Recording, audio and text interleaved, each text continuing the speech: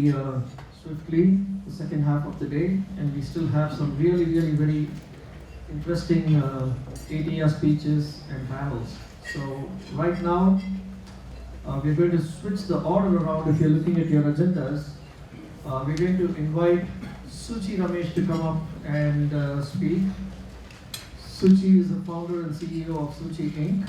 And she's going to speak about her story of bootstrapping a 100+ employee supply chain tech company in 2 years. Welcome, Suuchi. Please put your hands together.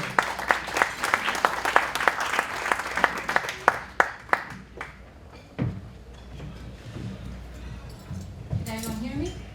Yes. So I take the responsibility very seriously to wake you all up after lunch. I don't take that responsibility lightly. So I'm thrilled to be here. Thank you for having me. And I think I could say that my family, my mom and dad, and my closest friends are all in Bangalore, Chennai. So this feels like a slice of home away from home. So thank you for giving me that experience today. I'm not going to do the walk around talk. I have some notes here that I'm going to refer to, so this podium works just fine. My name is Suuchi Ramesh. I'm founder and CEO of Suuchi Inc. And Suuchi Inc. is an incredible company. So I began the company about 2.5 years ago, and we went from 0 to over 100 employees. And by the way, 80% of that team were all women, and we come from 26 different nationalities. So over the next 2 years, we're on a $10 million run rate this year. And this is just our 3rd year in business. We're going to be growing 4 times next year, and we've just committed to adding, in writing, to the state of Jersey, that we would be adding 500 more jobs in the next 2 years. So it's been an insane and a crazy ride of fast growth. And as you can imagine, such fast growth, for those of you that are entrepreneurs, is just glamorous on the outside. So I'm a very hungry and a very ambitious person. I ache for fast growth. But as much as I want fast growth, there's something that I want even more, stability. And I want to build a company that lasts 100 years and more. So it's almost mutually exclusive, because fast scale and stability, especially in the first few years, often don't go together. So my journey as CEO the last few years has been about a constant experiment. It's been about finding that balanced formula to achieve that fast growth, but also find that stability. I test, I execute, I iterate, and then I test, I execute, and then I iterate. So today I'm here to talk to you about my learnings. What are the factors that have helped my company scale to such massive heights? But importantly, what are the factors that have helped us also ground the company in stability as we've grown fast? As you can imagine, some factors have been cultural, some have been my personal journey and my past, and obviously some have been business related. So I have dreams as to you. Whether you're an investor believing in someone else's dream or an aspiring entrepreneur, grand dreams are a powerful way to completely start reinventing your life and to altering others' lives too. But once we dream, we have to do. For orphan dreams are life's biggest tragedy. So I hope the story of Suuchi Inc. will help you all dream a little wildly, but also a little intelligently. So I'm going to divide what I'm going to talk about into 3 areas, or 3 factors. The first set of factors are our scale factors, or our business factors. And then I'm going to talk about our cultural factors, which I believe deeply have been our stabilizing factors. And then finally, I'm going to talk about a personal side, which is my personal factors, that kind of combine with the business and the culture. So far as business is concerned, 5 things, and there's many, but I've clubbed that into 5 things that have really helped us scale as fast as we have. So the first is creating value for scale. And early on, when you start a company, you think about what kind of company do you want to build. Do you want to be just your own? Do you want to be your own boss? Do you want to create a boutique shop, or do you want to build something that is big, that's going to change the world, and that's going to just transform what people recognize today as the way things are done? And there's been a few different sections of companies that have done that. There has been the digital marketplaces, and there was a fascinating talk before lunch. So Uber and Airbnb, and those marketplaces have just completely changed the way we do things. There's brands that are now directly selling to consumer versus going through the stodgy retailers. So there's Glossier, there's Allbirds, there's the first to market Warby Parker in the direct to consumer magical trend. But then the place that we're in is taking an analog industry and changing that with digital transformation. So this is where I'll step back and tell you a little bit about what we do, Suuchi Inc. So what we are is a complete vertical supply chain. And actually at the heart of it, we're a bunch of tailors. So we take brands, we're B2B, so we do sourcing, design, product development, production, logistics and shipping for fashion brands of all sizes, big and small, Fortune 500, as well as companies that may or may not be clothing, but that have a lot of employee clothing, companies that may or may not sell clothing, but that need a lot of clothing for their employees. So we took this industry that's heavily fragmented and almost does not exist in the United States, and we said, why don't we connect that? And the first lever of value was in connecting those different points and offering a vertical process that may seem simple, but it's not really simple when it doesn't exist. The second thing then is to add the technology on it. So this physical shop that we own, we have stores, but we also have a team of software engineers that sit on the supply chain and connect the supply chain with real-time updates to provide data and analytics and a product which we hope to independently monetize on its own as a separate software product. So it's a vertical integration, it's a technology, and together this combination can now be mirrored. When you have technology, you now have an answer to scale. So we take our physical shop floor, add the technology on it, and then create mirror images all over the country. So that's our first lever, I believe. Our second business lever that has helped us scale is to fail. We failed miserably. If I count the number of times I've burned and I've bled, I'd be here for 15 hours and more. And I think that somehow that's been the answer to our success, which is that we fail fast. When you bleed, I think you're better equipped to lead. So, but if you don't try and if you don't make quick decisions, you're not going to move forward. And I believe strongly in the concept of the MVP. Eric Riles, if any of you have read him, so minimum viable product. It's very important that we're not scared of failing, and I encourage you to not be. But if you stay stuck in the failure, that's a different situation. But if you keep saying, it's okay to fail, I'm gonna try something, I'm gonna see if it works, I accept it, I reject it, I move on, and that phase past failure could be the answer to scale. Number 3 is sales. I happen to absolutely love selling. And I was bred in a technology background. I'm a computer science engineer. I did my MBA in IT marketing. And I was fortunate to be in technology sales. And even today, I don't know that there are many women that are salespeople. And I think that grounding helped me create a sales team at Suuchi Inc. And they're phenomenal. 10% of our team sell. And in an industry like this, having a sales team is uncommon. But I want to grow that to 20%. When I talk about sales, it's just not the number of people on the team. I think you should look for new opportunities. The future is vertical supply chains to B2B. And what we've done fairly well is to look for ways to extend that supply chain and monetize that. So for example, what we're doing is not just sourcing, design, production, shipping. We now saw the product, we built it, it's fabulous. Why don't we go sell that independently? Wow. But also we now are moving into a 200,000 square foot facility in Jersey in a couple of months. And we have a little bit of extra space that we're not going to need for about a year. And so now we're going to start selling some sections of the office space to our fashion brands as a way for them to sit down with us as they work with the design and production teams. Oh, by the way, I've started monetizing that extra space too. So I think it's about creatively thinking of any challenge that you have, any non-monetizable aspect. How do you start to monetize that? Tech timing, number 4. First year that we started Suuchi Inc., I built a tech product that failed pretty miserably. We had a different vision at that time and created a product that was built to service custom clothing made to fit for consumers. Great supply chain, great product, but the sales were not coming. The sales don't come after a period of time. You know that there's a red bell that needs to ring in your head.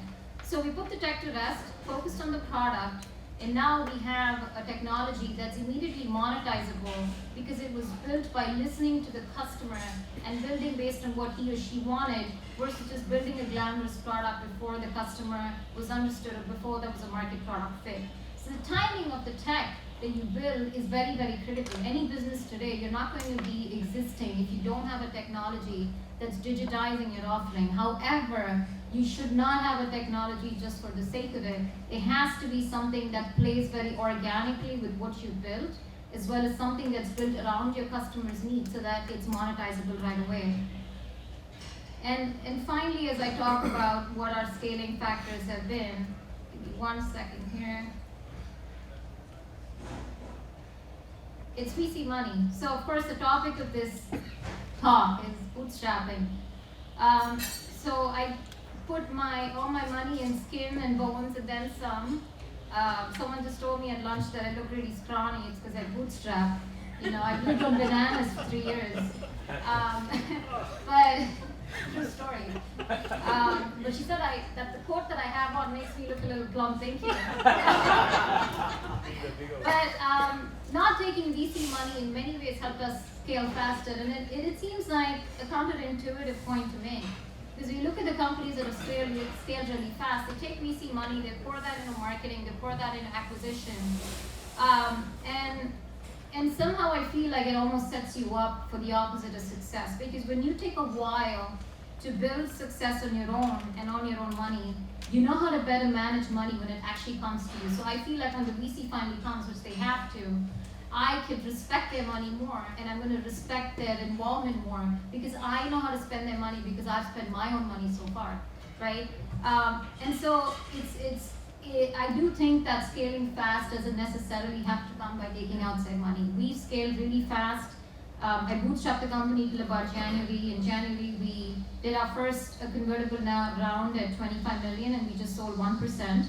And that bootstrapping, scaling fast, it still helped me keep 99%. And now we're looking at another 15 million to that valuation in the next pre-Series A. So we're walking the talk on how you could scale fast without necessarily giving away an arm and a leg early. So those were, I think, our top 5 scale factors. I'll talk about our stabilizing factors. Very few companies early on think about culture, and I think a lot about culture. I think a ton about it because I know that, again, to go back to what I said, if I have to build a company that lasts 100 years or more, the culture is what will get us there. And some of those things have been what have grounded us in reality as we've scaled fast. The first is age. Most tech startups that you see in Silicon Valley or in New York, the average age is 26. And I gave a TED talk about this as well, is that in our company we have folks in their 20s and 30s, but we also have people in their 50s, 60s, and even 70s. Some of our cutters are in their 70s, some of our sewers are in their 70s. My first COO was 72. And I think that combination of young and old has been a fantastic, magical thing to happen to us. And I'm not necessarily advising just old or just young, but that combination has been beautiful. Has been point number 2, which is a combination of skill sets. So as I have a team of cutters and sewers, I also have a fantastic team, very intelligent software engineers. And I think the best life experience is when you surround yourself with people from different backgrounds, with different skill sets. I am the only Indian in my team of over 100 people. And I have learned to speak Spanish really fluently. I spent my first 2 years sitting at the sewing table and learning from my sewers. And I know the 25, of the 25 nationalities, I have about 18 that are from Spanish-speaking countries. And I will say pretty confidently, I know that culture as much as I know the Tamilian culture, perhaps a little more, and I say that respectfully. And I think that richness that I've gotten from that experience and learning with different communities and different skill sets, I'm far better a person today than I was walking the aisleways in high heels and hobnobbing with the Ivy League people that I used to work with before Suuchi Inc. Number 3 is a push culture. The company is evolving so rapidly, and so how do you scale and stay stable if the company is evolving so fast and your people are not moving? So we're constantly pushing our people. We want to be radically transparent with them. We want to understand what kind of people we want. We want them to be courageous. We want them to be resourceful. Where there's a problem, there's a solution. We want them to display pluck. Ben Horowitz, of Andreessen Horowitz, said in the book, The Hard Thing About Hard Things, he said, being able to handle fear is 75% of the game. And I wake up, and if I could sweat a little bit, and I promise I won't do that much, I wake up the day of payroll every 2 weeks thinking I'm so screwed, right? Because I have a lot of people to pay. But it's as long as you can manage that fear, as long as you know that fear is a part of the process, you'll be fine. And you need to surround yourself with people that can handle that fear and that stability in the face of scale. Number 4, what is successful HR? And I tell my HR team this. Most companies think successful HR is high retention. Not at all. Do you want to retain the wrong people? I don't want to retain the wrong people. If you're not with me on my game and you can't move as fast as me, despite the support I give you, I want to say bye to you. And I think you'll be better off finding another job that's better suited for your future. Fire people that are not right for you. That is the gold standard of HR, right? Because you have to be honest with yourself and your team. If you are in the game to win it, you need people with you that can win it. And so HR is not about retention. It's about letting go of people that are wrong for you. 5, finding purpose is the most stabilizing factor, right? You can't build a company of money without purpose. And so our Suuchi University is adding jobs and teaching people how to sew. We've added about 100 certifications in the last few years. Finally, my personal stories. I'm proud to be an immigrant, one that crosses the ocean and blesses you with a new and heightened appetite for risk. So me being an immigrant, I wear that feeling with pride, with blessing, and with armor, as I'm sure you do. Billionaire founder Chobani Yogurt Hamidi said that as you start to walk the way appears, take action. And I think as immigrants, we are blessed with the ability to take more action.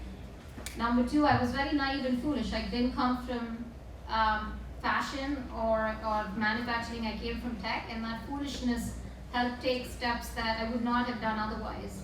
Number 3 is leverage. When you come in as an immigrant, you have a lot of energy you bring with you.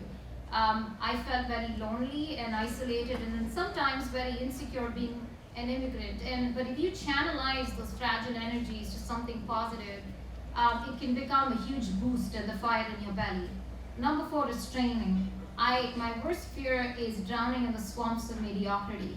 So as long as, I want to make sure I am with people and I am a person that learns something new every day, but also learning and training to be grateful all the time, to say thank you 1,000,000 times a minute, and to know that ease and upliftment don't go together. And finally, number 5, personal factor number 5 was family. I come from 2 very grounded, simple Indian parents. I am my parents' daughter, I am my sister's sister, and I am because of them. So finally, to finish, I'll end with 2 things, and two sayings from a couple of favorite authors, Ayn Rand, and I wish you this. Do not let your fire go out, sparked by irreplaceable spark. In the hopeless swamps of the approximate, the not quite, the not yet, the not at all, the world you desire can be won. It exists, it is real, it is possible, it is yours. Ayn Rand. And finally, Mary Oliver said, tell me, what is it you plan to do with this one wild and precious life of yours? I hope you'll think about that. Thank you.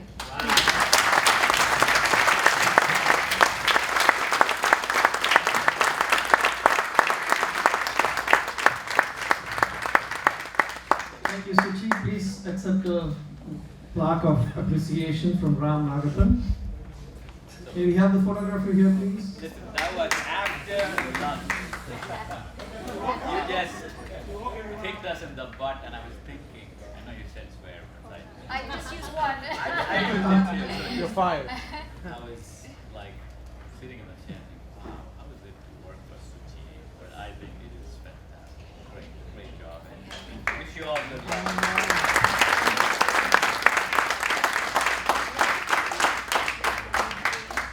Ram, I want to say one word. Even in Silicon Valley, I can't find an immigrant successful entrepreneur like you. the story I just heard today is amazing. Thank you. Thank you. I appreciate that. Good job. All right, that was interesting and awesome post-lunch speech. Thank you, Suchi.